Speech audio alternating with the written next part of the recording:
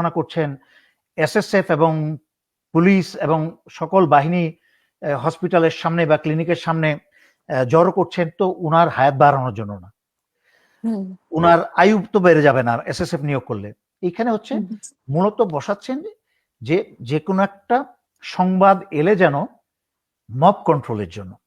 মোদি এখন x.com-এ গিয়ে কেন স্ট্যাটাস দিল বেগম জিয়ার শারীরিক অবস্থার কথা? তার মানে তাদের কাছে আরো নিশ্চিত কোনো খবর আছে যে হয়তো বেগম জিয়া নাই, ওনাকে মেশিন দিয়ে টিকিয়ে রাখা হয়েছে। যে এই যে কয়েকদিন থেকে যে আলোচনা, বিশেষ করে তারেক রহমানের স্ট্যাটাসের পরে আমরা দেখছি যে আলোচনা ঝড় উঠেছে, কারা কে ওনাকে নিয়ন্ত্রণ করছে, এবং আমরা মাঝে মাঝে শুনতে পাই খালেদা জিয়াকে নিয়ে এক ধরনের গুজব নাকি সত্যি। আপনার কাছে কোনো তথ্য আছে কিনা যে খালেদা জিয়া আছে কি নাই, এরকম প্রায় কথা উঠছে, তা আপনি কি মনে করেন? ধন্যবাদ আপনাকে।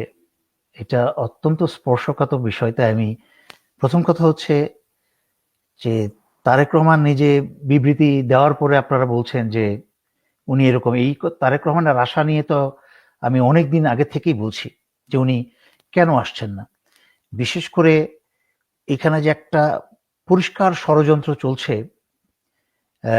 বেগম জিয়াকে নিয়ে, তারেক রহমানকে নিয়ে এবং দেশকে নিয়ে একটা ষড়যন্ত্র চলছে, সেটা অত্যন্ত পরিষ্কার। বর্তমানে দেশের অবস্থা ভালো না, যেরকম বেগম জিয়ার শারীরিক অবস্থা ভালো না। বেগম জিয়া, উনাকে লাইফ সাপোর্টে রাখা হয়েছে। তার, আমি ডাক্তার না, আমি চিকিৎসক না, আমি সহজ ভাষায় যেটা বুঝি যে ওনার লাইফ সাপোর্ট খুলে নিলে উনি মৃত হয়ে যাবেন, উনি বাঁচবেন না। তার মানে ওনাকে ক্লিনিক্যালি বা মেকানিক্যালি ওনাকে বাঁচিয়ে রাখা হয়েছে। সো যখনই ওনার লাইফ সাপোর্ট উঠে যাবে তখন হয়তো উনি বাঁচবেন না, কারণ নিজে বাঁচার ওনার কি বলে শরীরের যন্ত্রপাতি আর নিজে চলছে না। কিন্তু আসলে বিষয়টা তো এখানে অবাক হওয়ার কিছু নয়। বেগম জিয়ার যে অবস্থা, কিন্তু না, আপনার কাছে একটি জিনিস আগে জানতে চাই যে 21শে নভেম্বরের পরে আমরা এই ধরনের ঘটনা দেখলাম। এই মানে 21শে নভেম্বরে উনি জয়েন করলেন, সবার সাথে হেসে হেসে কথা বললেন, তারপরে এমন কি ঘটনা ঘটলো যে ওনার এত সিরিয়াস পজিশনে পড়ছেন, নাকি ওনার শরীর আগে থেকেই খারাপ, যে কোনো মুহূর্তে না, এরকম ওনার হতে শরীর পারে? তো আগে থেকেই খারাপ ছিল। বিশেষ করে 21শে নভেম্বরে ওনাকে বিএনপির ভারতীয় কিছু নেতা, মূলত সালাউদ্দিন গংরা, ওনাকে 21শে নভেম্বরে রীতিমতো জোর করে 21শে নভেম্বরে অনুষ্ঠানে পাঠায়।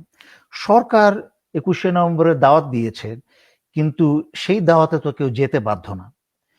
বেগম জিয়ার যে চিকিৎসক, উনি সার্টিফাই করবেন যে বেগম জিয়া যেতে পারবেন কি পারবেন না। আমি যতটুকু শুনেছি জানি যে চিকিৎসক এতে রাজি ছিলেন না, তারেক রহমানও এতে রাজি ছিল না। কিন্তু বেগম জিয়াকে সালাউদ্দিন গংরা, এই ভারতের ষড়যন্ত্রকারীরা বেগম জিয়াকে রীতিমতো জোর করে বুস্টার ইনজেকশন দিয়ে 21শে নভেম্বরে পাঠানোর আগে ওনাকে পাঠান, এবং সেই ইনজেকশনের পাওয়ার এতই ছিল যে বেগম জিয়া গাড়ি থেকে নামতেও 15-20 মিনিট সময় লেগে গেছে। ওনাকে যখন স্টেজের যাওয়ার, বেগম জিয়ার নাম ঘোষণা করা হয়, তার থেকে আরো 15-20 মিনিট পরে কিন্তু উনি স্টেজে গেছেন। ওনার শারীরিকভাবে এতটাই দুর্বল ছিলেন, সেখানে 21শে নভেম্বরে ওনার উপস্থিতিটা কি এতই জরুরি ছিল? জরুরি ছিল হচ্ছে ভারতীয়দের কারণে, ভারতীয় সালাউদ্দিন গংদের কারণে। কারণ ভারতীয় সালাউদ্দিন গংরা চাচ্ছে ফেব্রুয়ারি নির্বাচনের আগে যেই অল্প সময় আছে, এই অল্প সময়ের মাঝখানে যত দ্রুত বেগম জিয়াকে পৃথিবী থেকে বিদায় করা যায়, তত দ্রুত তারা একদিকে তারেক রহমানকে দেশে আসতে দিবে না, এবং তারেক রহমানও দেশে আসতে চাইছেন না। আমি একটু পরেই ব্যাখ্যা করছি কেন। যেন এইখানে একটি বিকল্প নেতৃত্ব ঘোষণা করা যায়, যেন সালাউদ্দিনরা এইখানে বিএনপির নেতৃত্ব গ্রহণ করতে পারে এবং ভারতের নির্দেশে সালাউদ্দিনরা যেন প্রধানমন্ত্রী হতে পারে। সালাউদ্দিনরা প্রধানমন্ত্রী হওয়া মানে হচ্ছে বাংলাদেশ শেষ। মানে সালাউদ্দিনরা বলতে সালাউদ্দিন আহমেদের সাথে সালাউদ্দিনরা বলছি কেন, সালাউদ্দিন তো ভারতের পকেটে বিএনপির উপরের লেভেলের নেতারা বহু বছর ধরেই। সেই জন্যই কিন্তু বেগম জিয়াকে মিথ্যা কি বলে এটাকে, অরফানেজের মামলায় 2-2.5 কোটি টাকার মামলা, টাকা দিয়ে এত ছোট 200-250 কোটি টাকা হলেও হতো, 2-2.5 কোটি টাকার এতিমদের টাকার মিথ্যা মামলা দিয়ে ওনাকে 2 বছরের জেলে রেখে ওইখানে বিষ প্রয়োগ করে ওনাকে পঙ্গু করে দিয়েছে, শেষ করে দিয়েছে। ওনাকে তো মেরে ফেলা হয়েছে আরো বহু বছর আগে।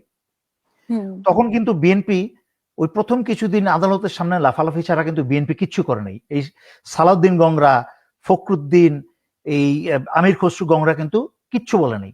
এই 16 বছর কিন্তু আওয়ামী লীগের সাথে ভারতের সাথে তারা আপোষ করেই চলেছে। কারণ ভারতের পরিকল্পনাতেই বেগম জিয়াকে জেলে নেওয়া হয়েছে, বেগম জিয়াকে চিরতরে পৃথিবী থেকে সরিয়ে দেওয়ার জন্য। তার পরবর্তীতে জুলাই অগাস্ট 2024-এর কারণে আল্লাহর রহমতে বেগম জিয়া দিনের আলো দেখতে পেরেছেন, উনি বেরিয়ে এসেছেন, কিন্তু উনাকে যতটুকু মেরে ফেলেছেন। সুতরাং এখানে অবাক হওয়ার কিছু নেই। এখন সরকার উনাকে বিশেষ গুরুত্বপূর্ণ ব্যক্তি ঘোষণা করছেন, এসএসএফ এবং পুলিশ এবং সকল বাহিনী হসপিটালের সামনে বা ক্লিনিকের সামনে জড়ো করছেন, তো উনার হায়াত বাড়ানোর জন্য না, উনার আয়ু তো বেড়ে যাবে না এসএসএফ নিয়োগ করলে। এখানে হচ্ছে মূলত বসাচ্ছেন যে কোনো একটা সংবাদ এলে যেন মব কন্ট্রোলের জন্য। তো এটা ছাড়া আর কোনো কারণ নাই। ওনাকে এই সময় এখন ওনাকে এই নাটকীয় বিশেষ গুরুত্বপূর্ণ ব্যক্তি ঘোষণা করে তো কোনো লাভ নেই। কিন্তু ভারত চাচ্ছে, আপনি দেখেন 21শে নভেম্বরের পরের দিন বেগম জিয়া হাসপাতালে ভর্তি হয়েছেন অসুস্থতা নিয়ে, কিন্তু এই 2 থেকে 3 ঘন্টা আগে এই গরু মোদি, চাওয়ালা মোদি, সে x.com সে স্ট্যাটাস দিয়েছে যে বেগম জিয়ার শারীরিক অসুস্থতা নিয়ে সে চিন্তিত। এতদিন কোথায় ছিল? যেই ভারত পিডিআরে ডিজি জেনারেল শাকিলকে মেরে ফেলার পরে যখন ভারত হত্যা করে এবং হাসিনা আওয়ামী লীগ মিলে হত্যা করে, যেটা আমি গত 5 বছরে বহুবার বলেছি, তদন্ত তো এখন স্পষ্ট প্রমাণিত হয়ে বেরিয়ে আসলো, যখন বলেছি যে কিভাবে এরা পরিকল্পনা করে সমস্ত বিশদ বলেছি, তখন বাংলাদেশ জানতো না যে জেনারেল শাকিলকে নির্মমভাবে হত্যা করা হয়েছে। তখন কিন্তু ভারতের এনডিটিভি সকালবেলায় হত্যার পরপরই ভারতীয় সংবাদ মাধ্যম কিন্তু জেনারেল শাকিলের হত্যার কথা বলে দেয় যে উনি বেঁচে নেই।